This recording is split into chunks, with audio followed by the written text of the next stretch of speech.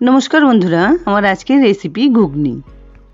এই রেসিপিটি আমরা অনেকেই অনেকভাবে বানিয়ে নিই, তবে এভাবে নিশ্চয়ই খাওয়া হয়নি। কোনো রকম আলাদা করে সেদ্ধ করার ঝামেলা ছাড়াই ঘুগনি এমনভাবে আজ বানিয়ে দেখাবো, যেটা খুব কম সময়ের মধ্যেই বানিয়ে নেওয়া যাবে আর বাচ্চা থেকে বুড়ো সকলের খুব পছন্দ হবে। তাহলে চলো ইউনিক স্টাইলে তৈরি দুর্দান্ত স্বাদের এই রেসিপিটি দেখে নেওয়া যাক পুরো ভিডিওটা। ভালো লাগলে লাইক শেয়ার কমেন্টস করতে ভুলো না প্লিজ। এখানে একটা বাটিতে 150 গ্রাম ছোলা, 150 গ্রাম মটর ওভারনাইট ভিজিয়ে রেখেছিলাম। ছোলা মটরগুলো ভিজে অনেকটা নরম হয়ে গেছে। এবার এগুলোকে 2-3 বার পরিষ্কার জলে ধুয়ে নিয়েছি। দেখো এগুলো কিন্তু খুব নরম হয়ে গেছে। এবার একটা বাটিতে ছোট বাটির 1 বাটি নিউট্রেলা সয়াবিন ঢেলে নিচ্ছি। যে কোনো সয়াবিনই তোমরা নিতে পারো।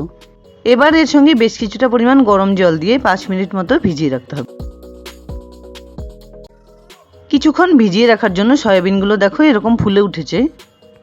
এবার একটা থালায় জল ছেঁকে এগুলোকে তুলে নিতে হবে। লুচি পরোটা দিয়ে বাচ্চারা ঘুগনি খেতে কিন্তু খুব পছন্দ করে। তার সঙ্গে ঘুগনির মধ্যে যদি এভাবে সয়াবিন মিশিয়ে দেওয়া যায় তাহলে কিন্তু খুব আনন্দ করে খাবে। এবার দুটো ফর্কের সাহায্যে সয়াবিনগুলোকে এভাবে ছোট ছোট টুকরো করে নিতে হবে।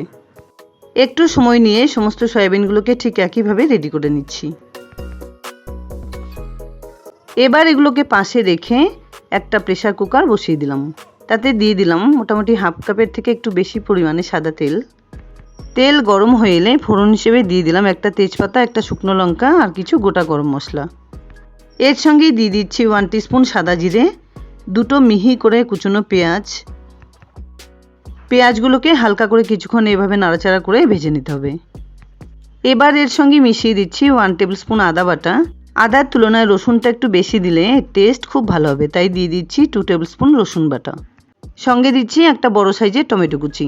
এবার সব কিছু খুব ভালোভাবে নাড়াচাড়া করে খুব সুন্দর গোল্ডেন ব্রাউন কালার করে এগুলোকে কষিয়ে নিতে হবে। 3-4টে ছোট সাইজের আলু খোসা ছাড়িয়ে 2 টুকরো করে কেটে নিয়েছিলাম, সেগুলোকে এবার মিশিয়ে দিলাম। মশলার সঙ্গে আলুগুলোকে একটু কষিয়ে নেবার পর দিয়ে দিলাম ভিজিয়ে রাখা ছোলা মটরগুলো। ঘুগনি বানানোর আগে ন্যাচারালি আমরা কিন্তু ছোলা বা মটর আলাদা করে সেদ্ধ করে নিই। আমার এই রেসিপিটি ফলো করে এভাবে যদি একবার বানিয়ে নাও তাহলে দেখবে আলাদা করে আর সেদ্ধ করার দরকার হবে না।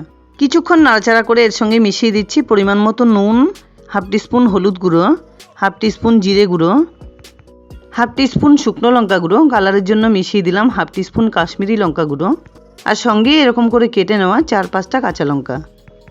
এবার খুব ভালোভাবে নাড়াচাড়া করে ঢেকে মিডিয়াম ফ্লেমে 4-5 মিনিট এভাবে রান্না করে নিতে হবে। 5 মিনিট পর ঢাকনা খুলে একবার চেক করে নিচ্ছি। ঠিক যেভাবে মটন কারি আমরা কুকারে রান্না করে নিই এভাবেই কিন্তু ঘুগনিও খুব ভালো হয়। তোমরা একবার প্লিজ ট্রাই করে দেখো। খুব ভালোভাবে নাড়াচাড়া করে নেবার পর ক্রাশ করে রাখা সয়াবিনের টুকরোগুলো মিশিয়ে দিলাম। এর সঙ্গেই মিশিয়ে দিলাম 1 table spoon chana masala powder.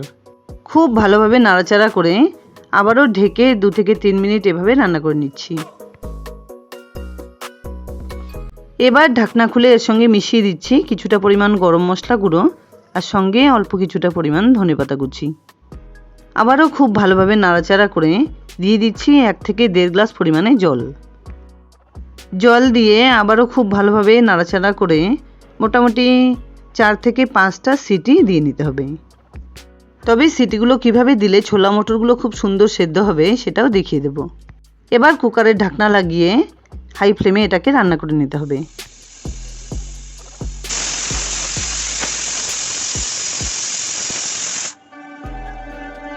একটা সিটি পড়ার পর ফ্লেমটাকে মিডিয়ামে রেখে আরও 3-4টা সিটি দিয়ে নিতে হবে।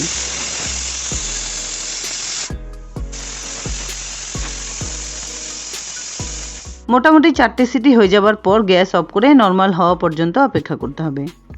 নর্মাল হয়ে এলে কুকারটা খুলে একবার তোমাদের সামনে দেখিয়ে দিচ্ছি। তোমাদের যদি মনে হয় ছোলা মটরগুলো আর একটু বেশি সেদ্ধ হলে খুব ভালো লাগবে তাহলে কিন্তু মোটামুটি 6-7টা সিটি দিয়ে নিতেও পারো। দেখো এখানে কিন্তু ছোলা বা মটরগুলো খুব সুন্দরভাবে সেদ্ধ হয়ে গেছে আর তার মধ্যে সয়াবিনগুলো চিকেনের টুকরোর মতো খুব সুন্দরভাবে ঘুগনির সঙ্গে মিশে গেছে। এবার এর থেকে বেশ কিছুটা পরিমাণ ঘুগনি একটা বাটিতে সার্ভ করে নিচ্ছি। একদম অন্যরকম স্বাদে তৈরি এই ঘুগনিটি অবশ্যই একবার বানিয়ে খাওয়ার অনুরোধ রইল। সার্ভ করে নেবার পর ঘুগনিটা আরেকটু চটপটা বানাতে উপর দিয়ে ছড়িয়ে দিলাম কিছুটা পরিমাণ ঝুরি ভাজা। তার উপরে দিয়ে দিলাম কিছুটা পরিমাণ শসা কুচি, পেঁয়াজ কুচি আর কিছুটা পরিমাণ ধনেপাতা কুচি। যাই হোক, দুর্দান্ত স্বাদের এক পাকে ঘুগনি রেসিপি আমার রেডি অ্যান্ড সার্ভড। আশা করছি বন্ধুরা আমার এই রেসিপিটি তোমাদের খুব পছন্দ হয়েছে।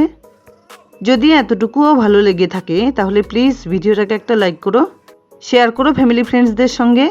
আর আমার এই চ্যানেলের নতুন বন্ধু হয়ে থাকলে প্লিজ চ্যানেলটাকে সাবস্ক্রাইব করে পাশে থাকা বেল আইকনটা অলে করে দিও, যাতে আমার আপলোড করা সমস্ত ভিডিওর নোটিফিকেশান সবার আগে তোমাদের কাছে পৌঁছে যায়।